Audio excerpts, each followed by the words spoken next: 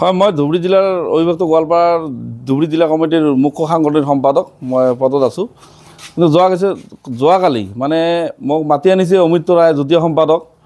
মাতি অনাৰ পিছত মোক কৈছে এখন ধৰ্ণা কাৰ্যসূচী লোৱা হৈছে। আমাৰ জিলা অৱগত মানে মই ভাবিছিলোঁ জিলা অৱগত আছে কথাখিনিত, কিন্তু দেখা গৈছে মোক ষড়যন্ত্ৰ কৰি মাতি আনি মোক এখন সভাপতি বনাই দি তেখেতে অমৃত ৰায়ে মোক এখন পেড বনাই দি মানে মোৰ ছিগনেচাৰটো লৈ কেনে মিটিংখন ভংগ কৰিবৰ কাৰণে মোক পঠাইছিলে।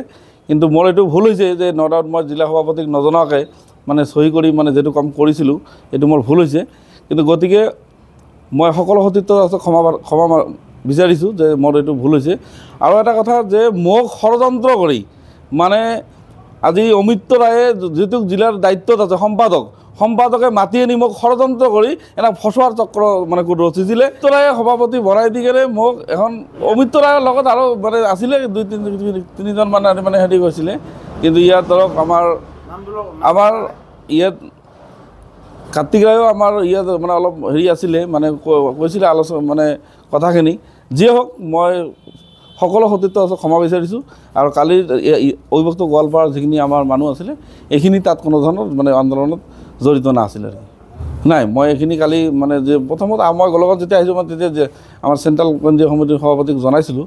কিন্তু কালি যেতিয়া মানে পেডত যেতিয়া চহী মাৰিছিলোঁ এইখিনি কথা মই সিহঁতক আৰু অৱগত কৰা নাই। মই ভাবিছোঁ যে মিটিংখন যেনেকৈ ভাঙি দিওঁ এনেকৈ ভাঙি দিয়াৰ কাৰণে মই তাত গৈছিলোঁ আৰু কি।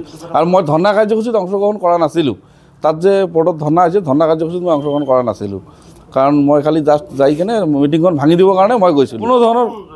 কোনো ধৰণৰ মানে কমিটি এইখন মানে কমিটি বুলি বনোৱা বুলি তেনেকুৱা হেৰি নহয়। কমিটি ইয়াত বনোৱা হোৱা নাই। এইখন কমিটি এখন মানে জাষ্ট মিটিংখন ভাঙিবৰ কাৰণে মানে অমৃত ৰায়ে এটা ষড়যন্ত্ৰ কৰি এখন কমিটি বনাই তেনেকুৱা মানে মোক মানে ফচোৱাৰ এটা চক্ৰান্ত কৰিছিলে।